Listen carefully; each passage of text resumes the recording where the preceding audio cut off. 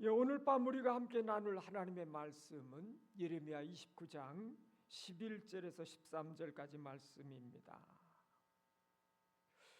저는 오늘 이 본문을 가지고요, 예레미야 바벨론의 한복판에서 평안을 선포하다라고 하는 제목으로 여러분과 은혜를 나누고자 합니다. 사랑하는 여러분, 혹시 지금 내 인생이 바벨론이라고 하는 낯선 포로 수용소에 갇혀 있다고 느끼시는 분은 안 계십니까? 예기치 않게 내 인생에 찾아온 육신의 질병이라고 하는 바벨론, 때로는 숨통을 조여오는 경제적 위기라고 하는 바벨론에 갇혀서 눈물 짓고 계시지는 않습니까? 때로는 우리의 자녀들이 겪는 그 현실이 우리 마음의 바벨론이 될 때도 있습니다. 장성한 자녀들이 새 아파트로 이사하며 짊어지게 된 무거운 대출의 짐을 곁에서 지켜볼 때에, 혹은 눈에 넣어도 아프지 않을 어린 손주들을 품에 안고 이 아이가 살아갈 앞으로의 세상이 참으로 만만치 않겠구나 하는 생각이 들어올 때도 있습니다. 그때 우리는 우리가 발을 딛고 선 이 땅이 결코 영원한 안식처가 아님을 뼈저리게 실감합니다. 우리는 어떻게 보면 이 땅이라고 하는 바벨론에 던져진 사람들입니다. 오늘 본문의 이스라엘 백성들이 그랬습니다. 예레미야 29장 1절부터 10절까지 배경을 찬찬히 살펴보면요, 그들은 절망의 늪에 깊은 수렁에 빠져 있었습니다. 예루살렘 성전은 무너졌습니다. 그들이 사랑했던 고향, 익숙했던 고향 땅에서 강제로 끌려와서 이방 땅 바벨론 그발 강가에 주저앉아 있었습니다. 이때 그들의 귀에 아주 달콤한 소리가 들려왔어요. 하나냐를 비롯한 당대의 거짓 선지자들이 나타나서 이렇게 외친 것입니다. 여러분 힘내십시오. 이 고난은 곧 끝이 납니다. 하나님께서 바벨론의 모든 몽해를 꺾어버리셨습니다. 딱 2년입니다. 2년만 버티세요. 2년만 버티면 우리는 영광스럽게 고향으로 다시 돌아갈 수 있습니다. 28장에 나와 있는 내용이죠.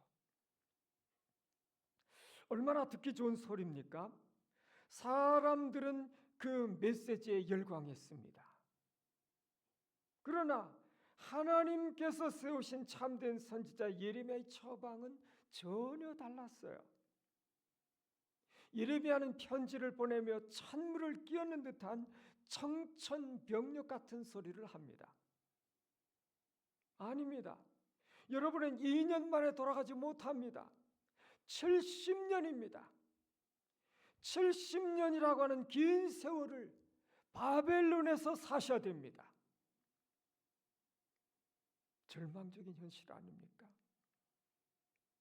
그러나 그 기가 막힌 현실의 한복판에서 예레미야는요, 상상할 수 없는 위대한 평안을 선포합니다. 오늘 말씀을 통해서 우리의 인생의 바벨론에서 어떻게 우리가 흔들리지 않는 참된 평안을 누릴 수 있는지 세 가지 영적인 원리로 살펴보겠습니다. 첫째, 얄팍한 낙관주의를 버리고 현실을 믿음으로 수용하십시오. 여러분, 우리가 몸이 아파서 병원 갔는데요, 가장 위험한 의사는 어떤 의사일까요? 환자의 병의 근본 원인을 제대로 찾아서 치료하려고 하지는 않고 환자가 듣기 좋은 말만 하면서 진통제만 놔주는 의사일 겁니다. 그거 뭐 금방 낫습니다. 약 한 방이면 끝납니다. 걱정 마세요. 당장의 통증은 가라앉겠지만 아마 병은 속에서 더 깊어져 갈 겁니다.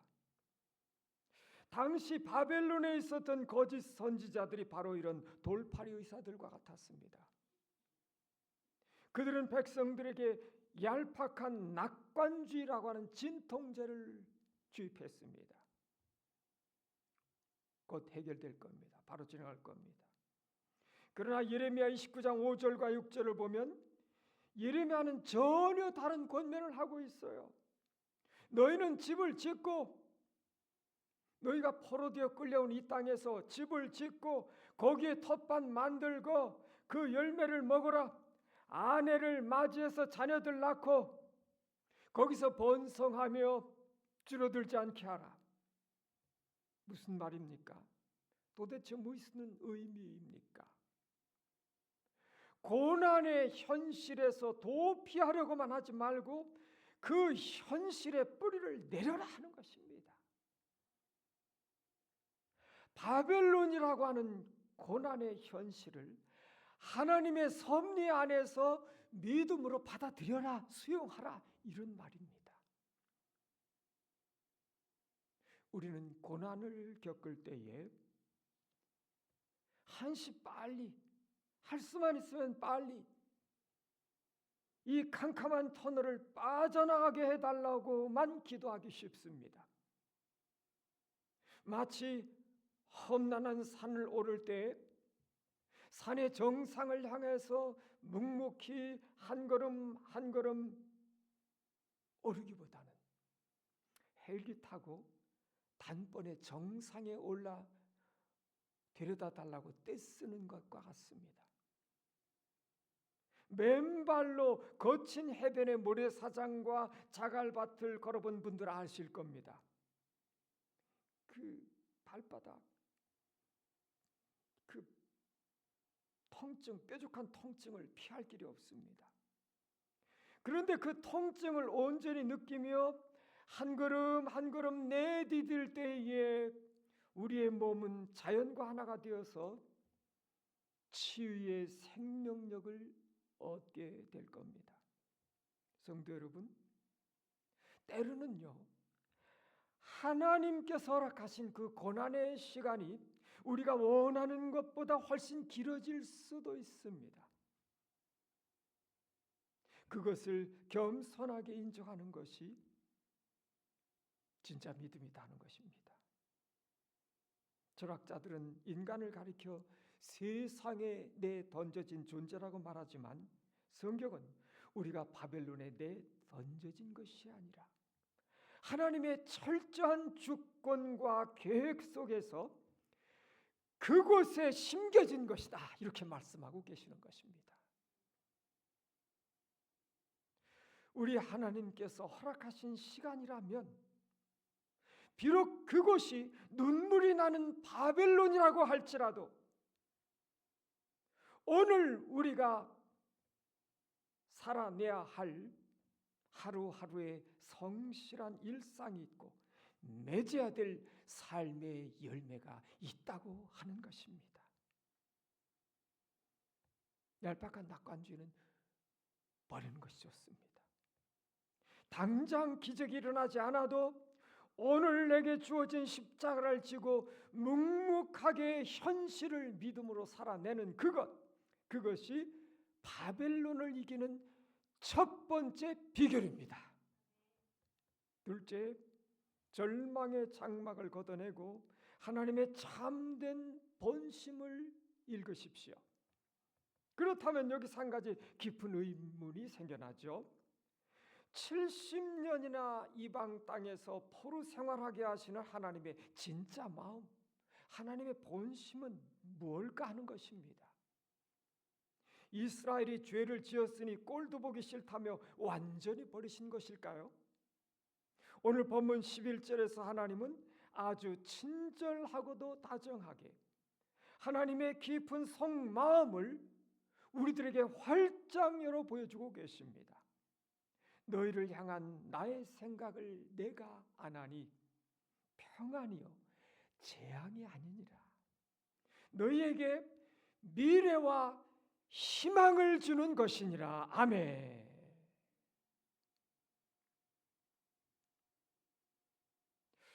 본문 11절에서 하나님은 아주 친절하고도 다정하게 속마음, 하나님의 속마음을 우리에게 펼쳐 보이고 계십니다.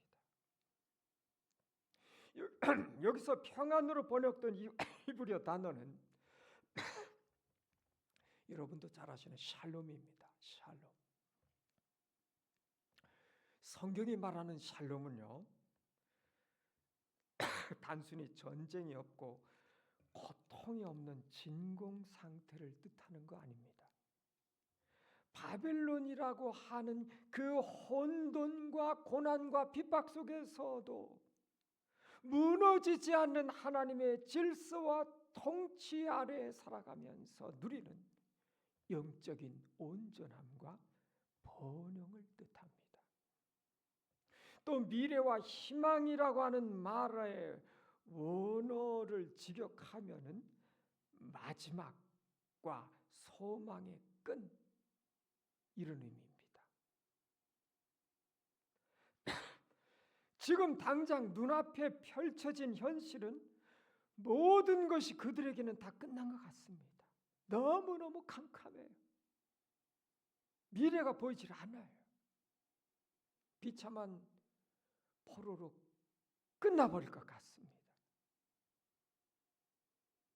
그러나 오늘 성경은 하나님께서 친히 그 결말, 자기 백성의 그 결말, 마지막, 세상의 결말, 마지막, 영광스러운 마지막을 붙들고 계시며 그 결말을 향해서 소망의 끈으로 우리를 단단히 메어 두셨다고 하는 놀라운 선언을 하고 계시는 것입니다. 하나님의 결말, 하나님의 희망.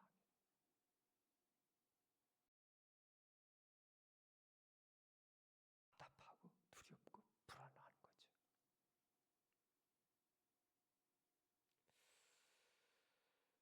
한국교회가 존경하는 고 오카노 목사님께서 1995년 로마서 8장 강해 설교 합력하여 선을 이루느니라, 이 강해 설교하시며 이런 명언을 남기셨습니다. 우리가 도저히 이해할 수 없는 캄캄한 고난의 터널을 지나갈 때 우리가 끝까지 붙들어야 할 것은 내 얄팍한 지식이나 경험이 아니라 바로 나를 사랑하시는 하나님의 선하심입니다. 고난 그 자체를 해석하려고 하지 마십시오.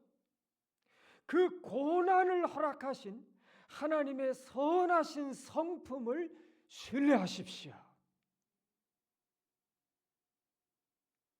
얼마나 깊은 통찰입니까?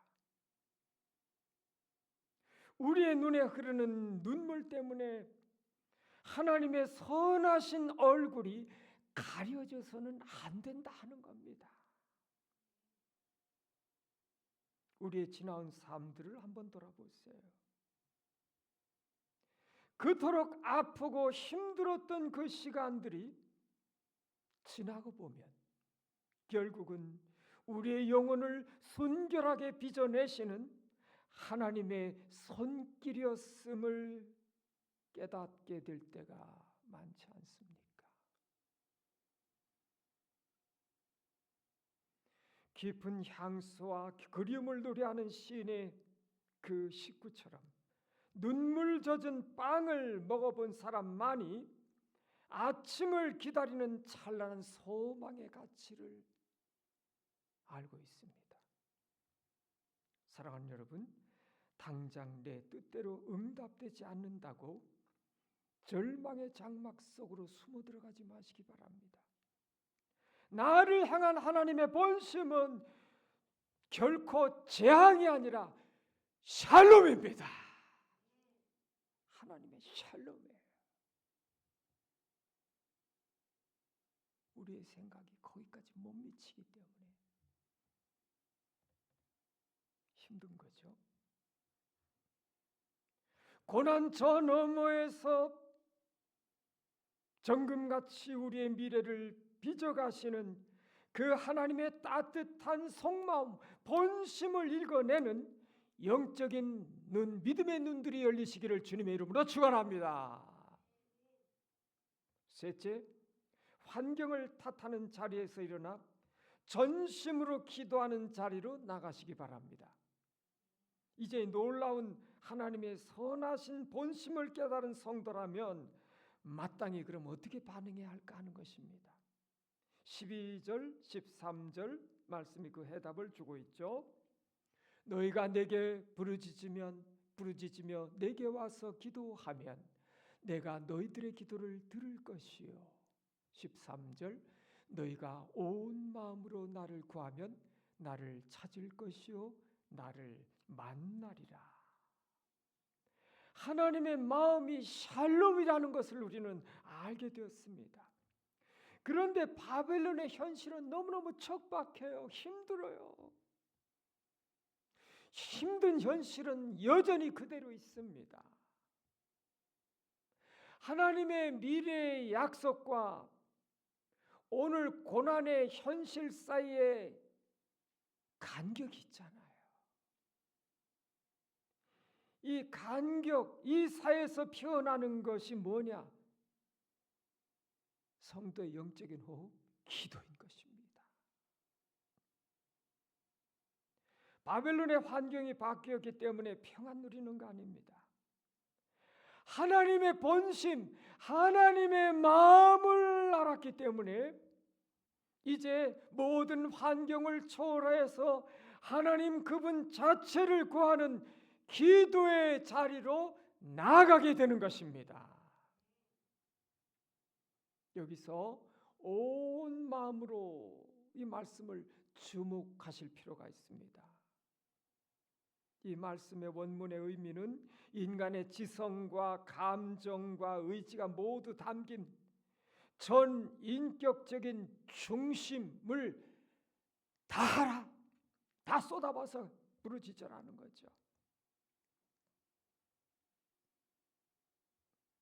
고난의 시기에는요,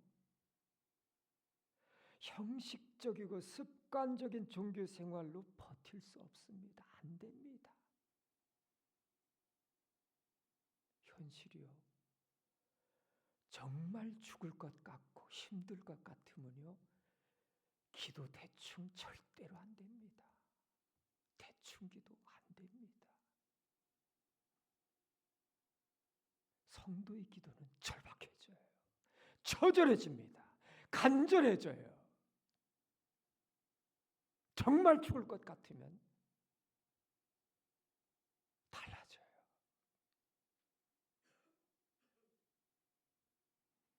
그 모든 형식, 껍데기 다 벗어버리고 살려달라고 부르짖는 절박함으로 주님을 찾아야 된다 하는 것입니다.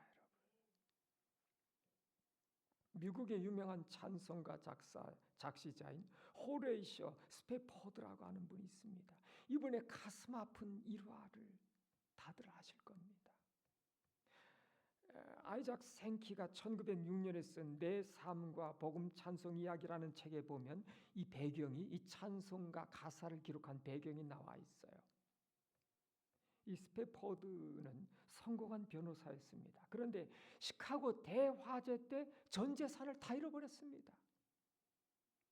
지친 아내와 네 딸을 먼저 유럽으로 보내며 잠시 쉬려고 했는데 아내와 네 딸이 탄 배가요, 대서양 한복판에서 영국 선박과 충돌해서 침몰해버리고 맙니다. 아내만 간신히 구조돼 버렸어요. 눈에 넣어도 아프지 않을 네 딸이 모두 차가운 바다 깊은 곳으로 사라져가 버렸어요. 여러분, 이것보다 더 끔찍한 바벨론의 고난이 어디 있겠습니까? 비보를 듣고 아내에게 가기 위해 배를 타고 대서양을 건너던 그는 딸들이 수장된 바로 그 바다 위를 지나가게 됩니다. 선장의 안내로 그 사실을 알게 된 스테퍼드는 선실로 돌아와 밤새도록 통곡합니다. 울부짖어요.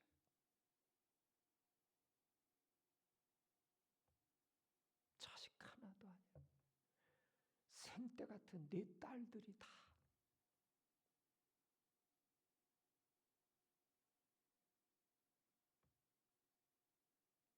그런데요, 전심으로 하나님을 찾고 부르짖던 그 캄캄했던 그 인생의 밤에 폭풍을 치던 그 바다 위에서 이분의 영혼에 하늘의 샬롬이 임합니다.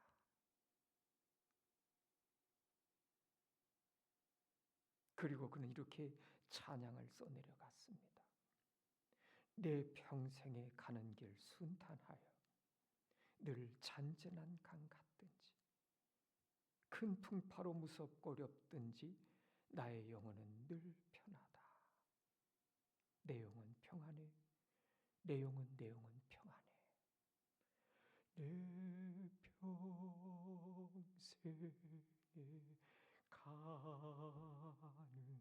길 순탄하여 늘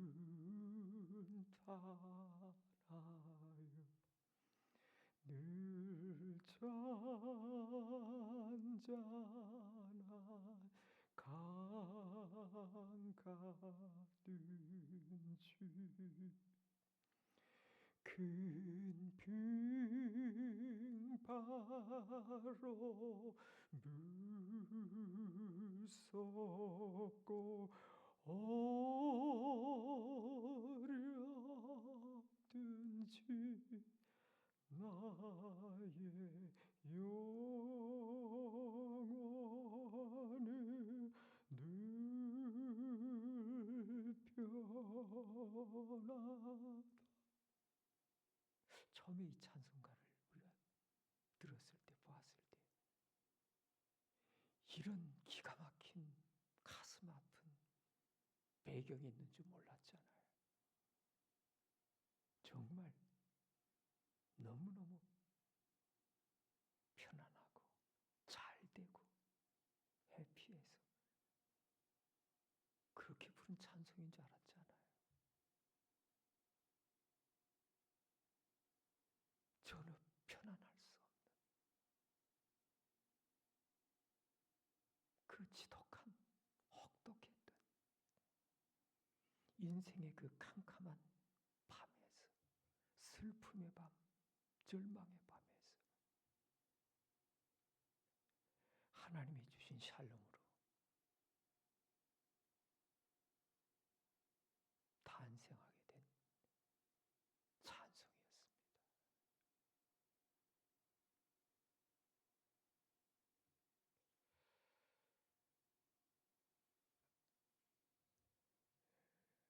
고통에 답하다고 하는 책에서 저자는 이렇게 고난에 대해서 말합니다.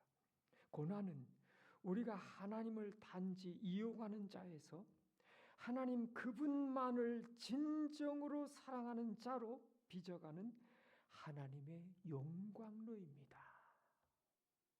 이렇게 말씀합니다. 이 존경받는 이 책의 저자는 마지막을 암으로 고통하다가 세상을 떠났습니다.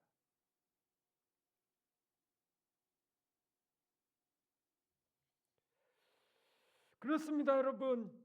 기도는 바벨론에서 탈출하기 위한 비상탈출구 버튼이 아니다 하는 겁니다.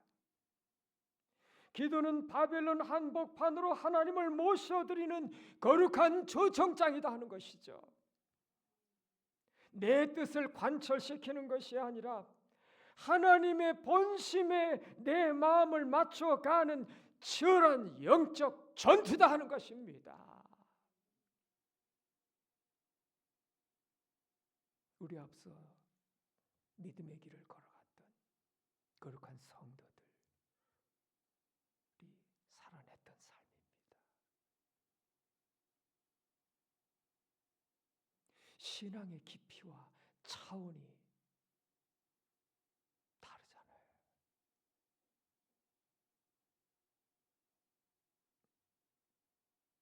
사랑하는 여러분, 지금 혹시 기도의 불이 꺼져서 잿더미만 남아있지는 않습니까? 환경을 원망하며 탄식만 하고 계시지는 않습니까? 어느 밤 다시 기도의 제단을 쌓을 수 있기를 바랍니다. 대충 구하지 마시고 내 영혼의 밑바닥에서부터 끌어올리는 전심으로 주님을 찾으시기를 바랍니다, 여러분. 나를 찾고 찾으면 만나리라는 약속을 주신 신실하신 주님께서 오늘 이 밤에 여러분을 친히 만나 주시고 품어 주실 줄을 믿습니다. 말씀을 맺습니다. 우리는 종말론적으로 볼 때 예수 그리스도께서 다시 오셔서 완성하실 새하늘 새 땅이 열리기까지 여전히 영적인 바벨론인 이 세상을 살아가는 나그네들입니다. 우리의 신앙은 이 땅에서 유토피아를 건설하는 것이 아닙니다. 성도의 삶에서 고난은요, 피할 수 없는 현실입니다. 그러나 고난이 우리의 결말 아닙니다, 여러분.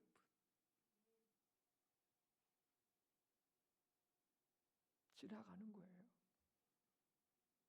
오늘 예레미야의 쩌렁쩌렁한 선포를 우리 가슴에 새겼으면 좋겠습니다. 우리를 향한 하나님의 본심은, 하나님의 속마음은 재앙이 아니라 샬롬이다는 거예요. 평안이다. 누가 여러분 부모된 자가 자녀들을 향해서 너 고생 좀 실컷 해봐라 이런 부모가 있나요? 없잖아요. 없잖아요.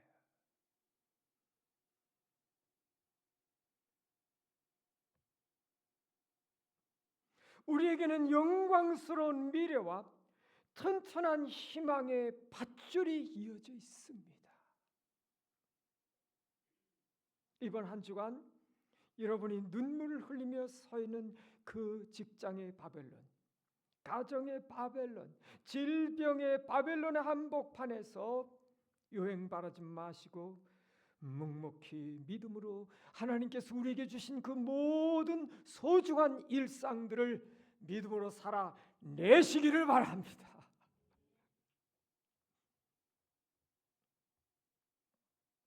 그리고 두 손 높이 드시고 나를 만나 주시려고 우리 곁에서 기다리시는 하나님께 전심으로 부르짖으시기를 바랍니다. 고난의 부재가 평안이 아닙니다. 고난 속에서도 변함없는 하나님의 사랑을 우리가 확신할 때에 우리가 서 있는 그 눈물의 바벨론은 비로소 샬롬이 통치하는 하나님의 나라로 변하게 될 것입니다. 오늘 이 밤에 저와 여러분 모두가 부르짖어 기도함으로 그 하늘의 평안, 참된 샬롬을 가득 채우시고 돌아가시기를 주님의 이름으로 축원합니다. 기도하겠습니다. 사랑과 긍휼에 풍성하신 하나님 아버지,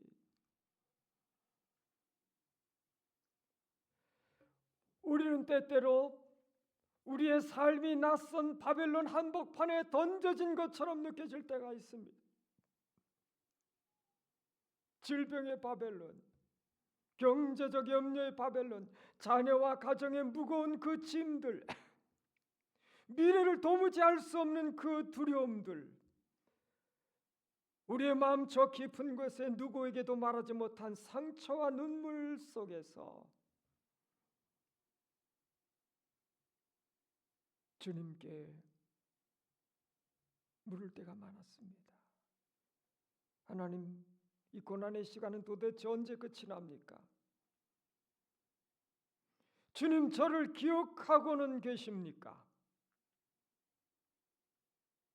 그러나 주님, 오늘 말씀 통해 다시 주님의 음성, 주님의 번심, 주님의 마음을 듣게 하시니 감사합니다.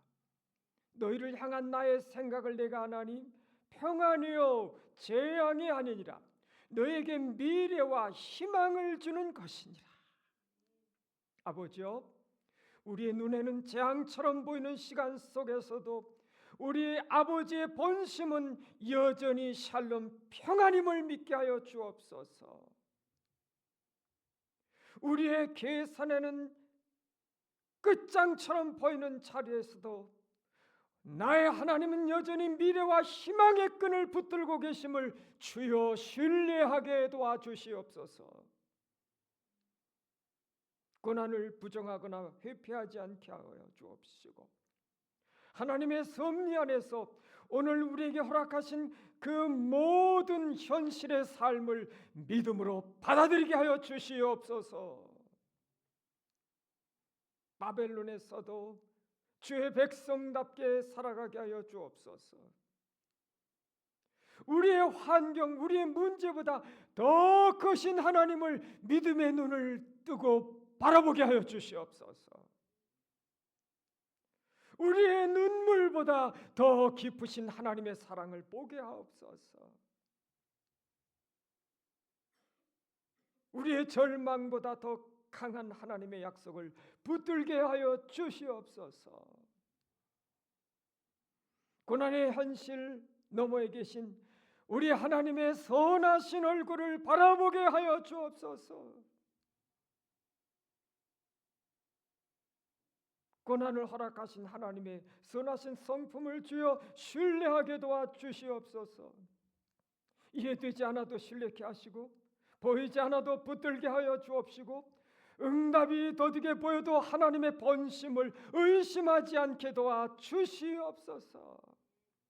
우리의 기도가 주여 다시 살아나게 하여 주시옵소서. 식어버린 기도의 불씨들이 다시 불붙는 역사가 일어나게 도와주시옵소서. 고난의 바벨론의 한복판에 여전히 나의 주님이 살아계시고 함께하고 계심을 주여 알게 하여 주옵소서. 예수 그리스도 이름으로 기도합니다. 아멘.